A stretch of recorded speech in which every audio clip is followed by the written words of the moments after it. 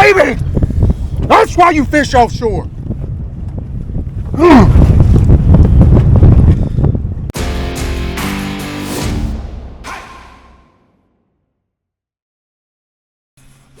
Kerr Lake, back again, this time for a BFL. I'm just finishing up my practice here today. It's Friday, BFL is tomorrow, and you know, there's one word that keeps coming to mind for this lake right now, and that is pressured. Pressured. Been fishing here a while, years and years. I guess 7-8 years I've been fishing here, and I've never seen it like this. I've never seen the amount of pressure. It's a giant lake, you know, 75,000 acre lake, and it usually spreads out really well, but I've just never seen this kind of pressure. I mean, there's tournaments all the time, every weekend. There's tournaments during the week here. There's a tournament going on right now here with the North Carolina Bass Nation. There was a tournament last weekend with the Virginia Bass Nation. The Bass Open was here. There was a BF here last weekend. I mean, the fish are extremely pressured right now, and you're going to have to find a way to trigger them to eat, and that's kind of what I've been practicing on. I've been trying to figure that out. I will say there is a shad spawn that is, I wouldn't say it's in full force, but there is a shad spawn going on. I just saw it starting for me a couple of days ago, so that's happening first thing in the morning. I think the bass spawn is over, so I'm not really focused in on that. And I've seen some fry, and I've seen some little 2-pounders protecting fry, which is really cool to see. But again, pressured. That's what I'm seeing. And I'm just seeing there's boats everywhere on every single point, on all the good banks, all the community holes. People are like practicing on community holes. I'm just like, man, let the lake breathe, dude. I mean, the fishery will just recover and be really great if you just let it breathe. So there's a big tournament here this weekend with the BFL. There's another tournament here next weekend with the Cat Championship. That'll have another 200 boats, and then hopefully after that things will kind of cool down here, and won't be as much pressure. But as it stands right now, these fish have been being hit hard over the last month. I'm expecting tomorrow to be difficult. I really do. The wind again is supposed to blow again tomorrow. There's going to be a lot of boats on the water, and I just feel like that's going to affect the fishing. So I'm preparing for a tough tournament. We'll see how it goes. You know me, I'm going to be out there offshore fishing somewhere, and we're going to see how it shakes out. Need a good finish. Sitting way back in the point standings right now in the Piedmont division, so we need a good finish so we can make up some ground. Anyway, that's it. See you guys in the morning. I'm going to go home, rig up, get things started.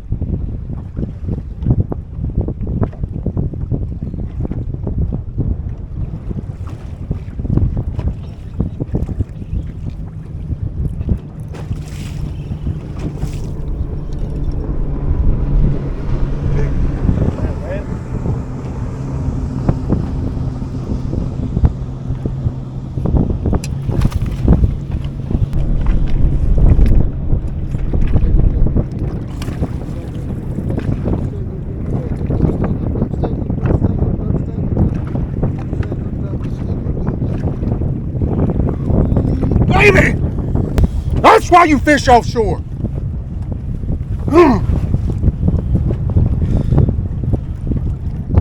Took me forever to get these fish to eat this morning. That's to get you started.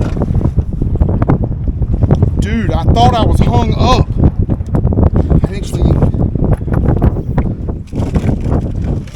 I thought I was hung up. I like put my head down in disgust because I was like, dang, I'm hung up on it.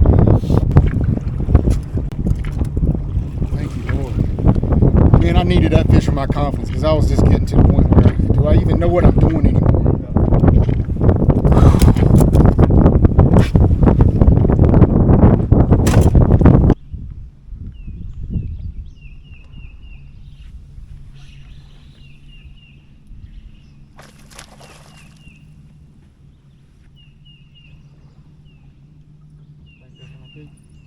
Should.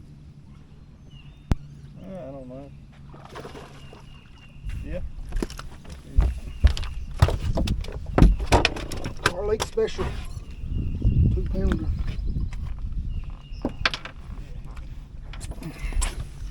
I caught so many. Oh, dang, he's bleeding bad. I'm measuring first. I feel like he's going to keep, but he's bleeding terribly. Easy keep. All right, we got to put some feed juice in there and all kinds of stuff.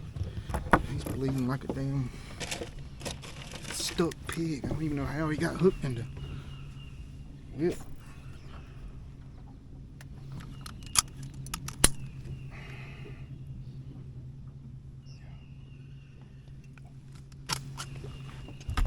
Excuse me, Chief.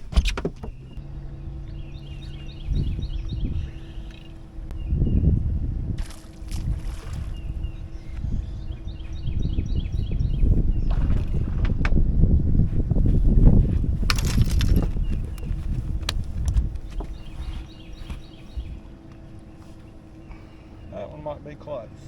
No, he ain't gonna hit it. Thank.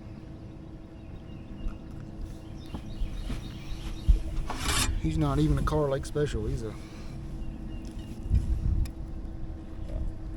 James River Special.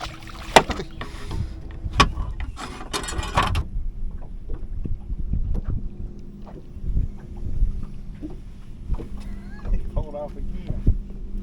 That's crazy as hell.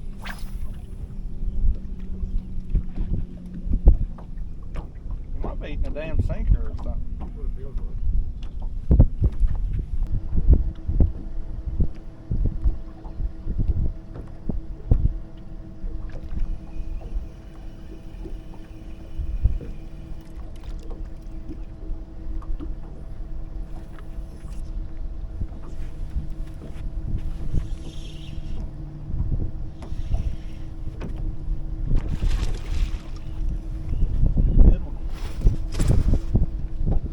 Same one.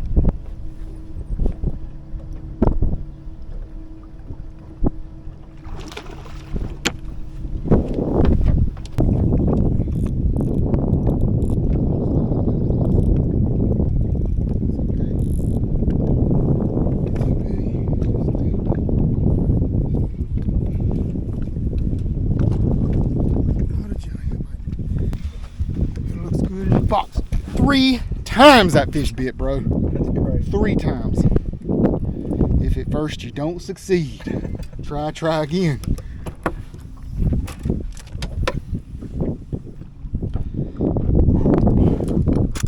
Making our way. It ain't a great bag, but we're making our way. Making our way.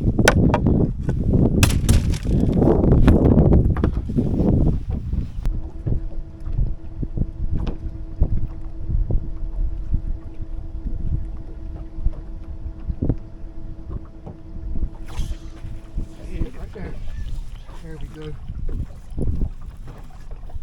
He won't. Why you fish offshore? In the almost a boom shakalaka. I got a shot at doing this today. It ain't much of a shot. I gotta catch a real big one. And I'm working on a decent bag.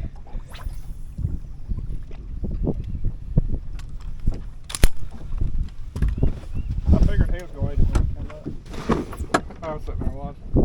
That's good.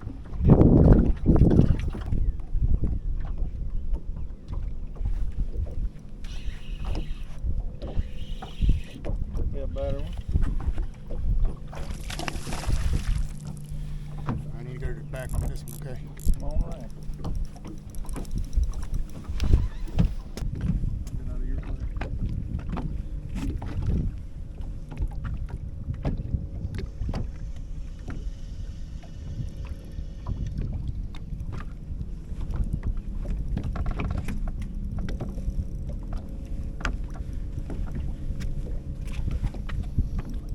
Get tired.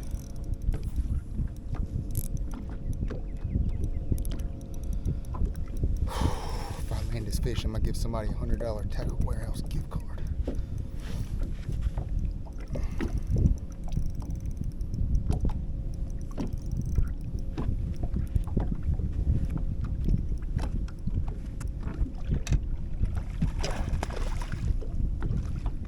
We'll see.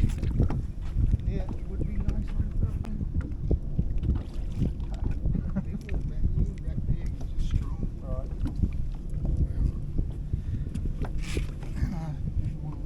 Didn't want to lose him, so I had to drag sit real soft.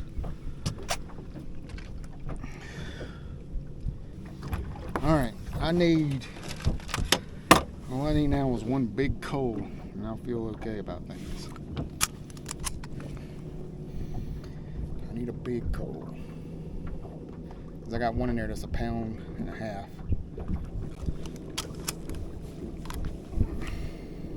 Yeah, I still ain't got no weight really. But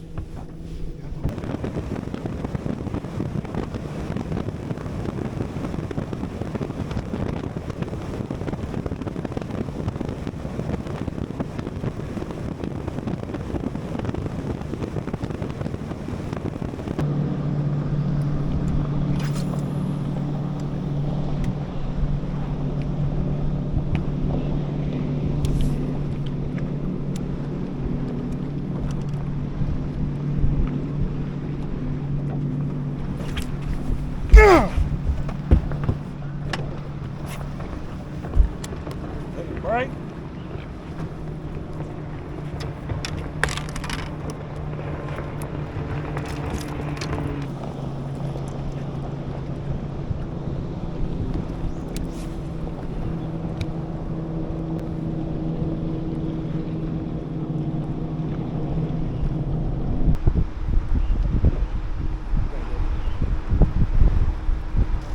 I don't know. I guess he grabbed it playing around something. I jammed it in his ass. And it broke.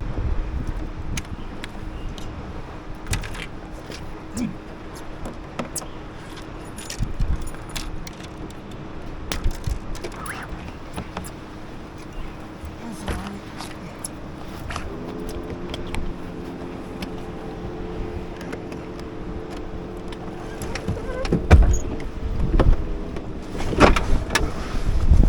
5 minutes to get back. 4 minutes to get back.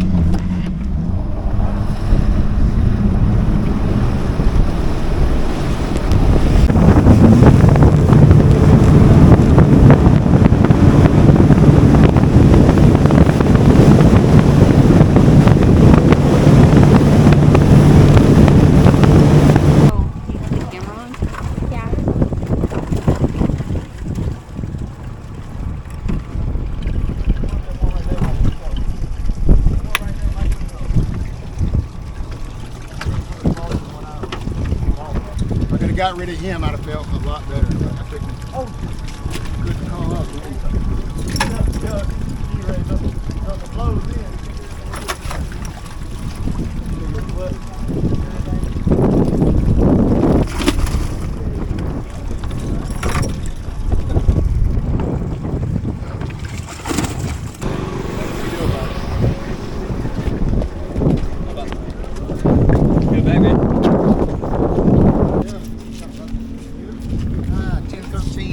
I would call that getting them.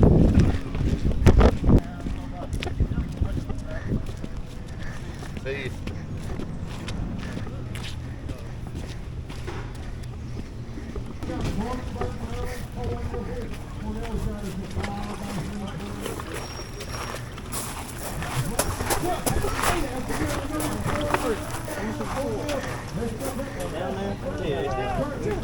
Jeffrey Davis coming in next to Raleigh, North Carolina. He's on the motor side.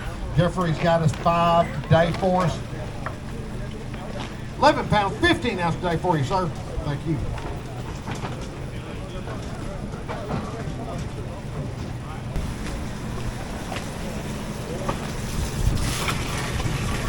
Justin Reynolds coming in next to Washington. Down on the fish down the right. He's got us 4 today for us.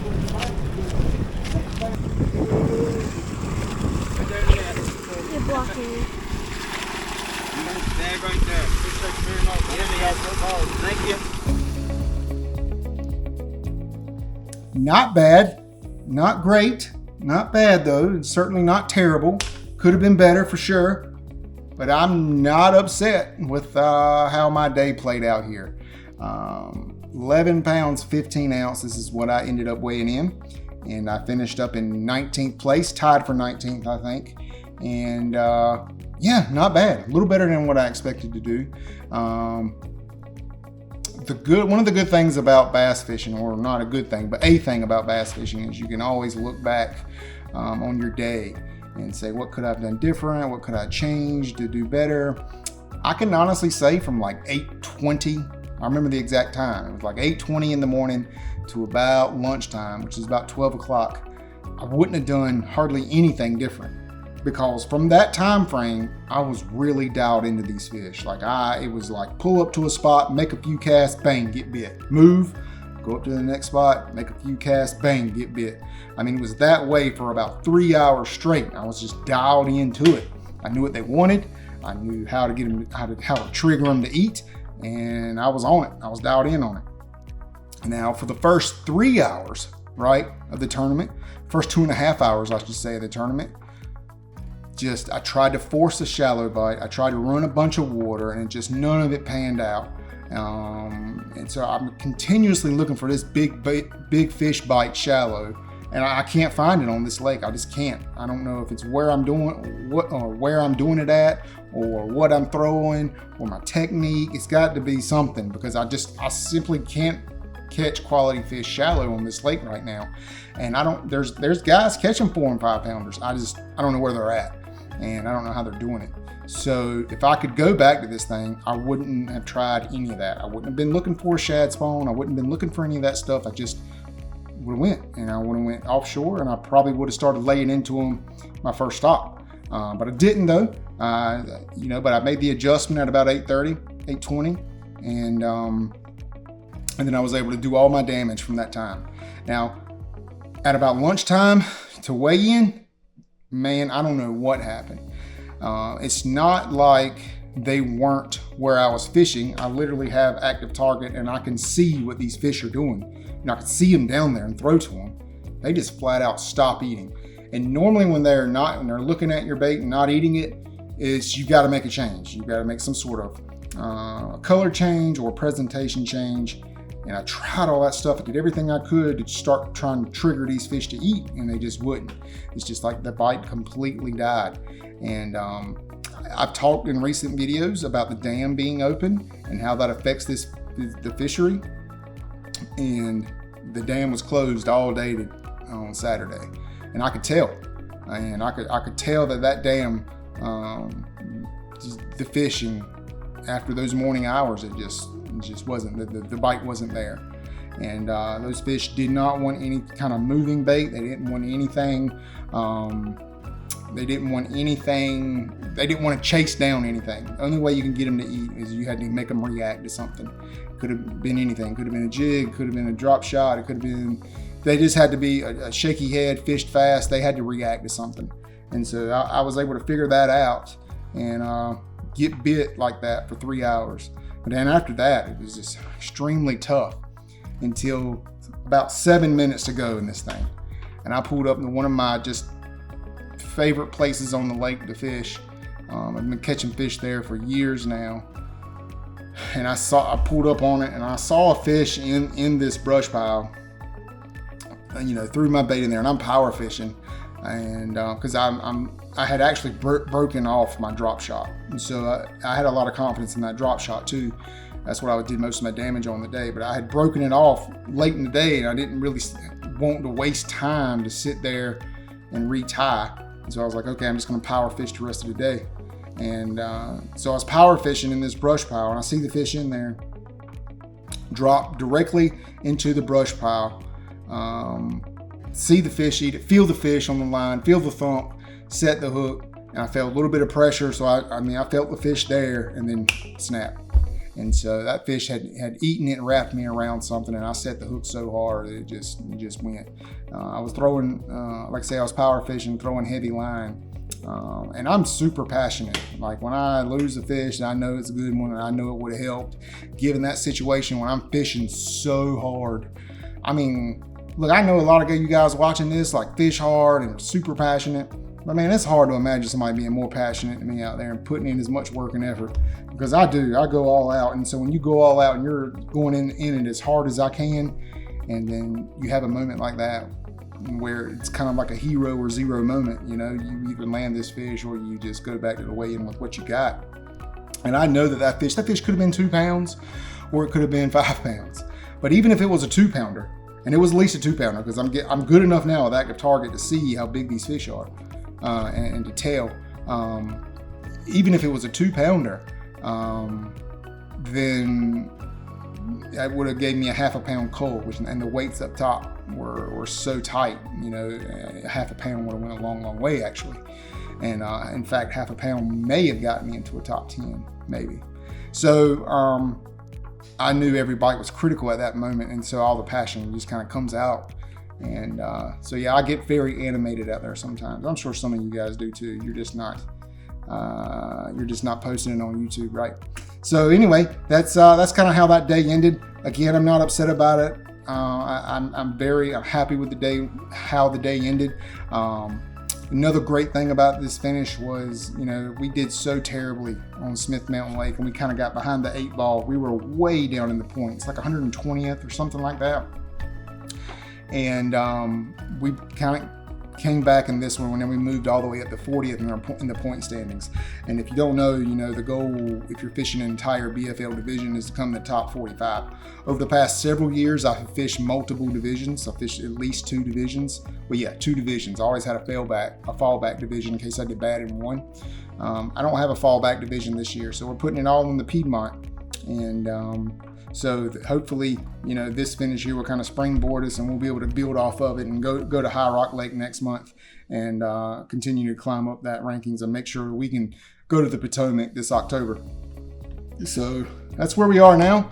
You know, not a bad day out there, not a super great day, but we caught fish. The co-angler behind me caught fish. He was a really strong angler. I don't think I put any clips of him in this particular video, but he actually caught 4 behind me. And I know fishing behind me doing what I'm doing is super tough, because it's just tough to fish offshore in some circumstances as a co-angler. And so he found a way to catch 4, so kudos to him.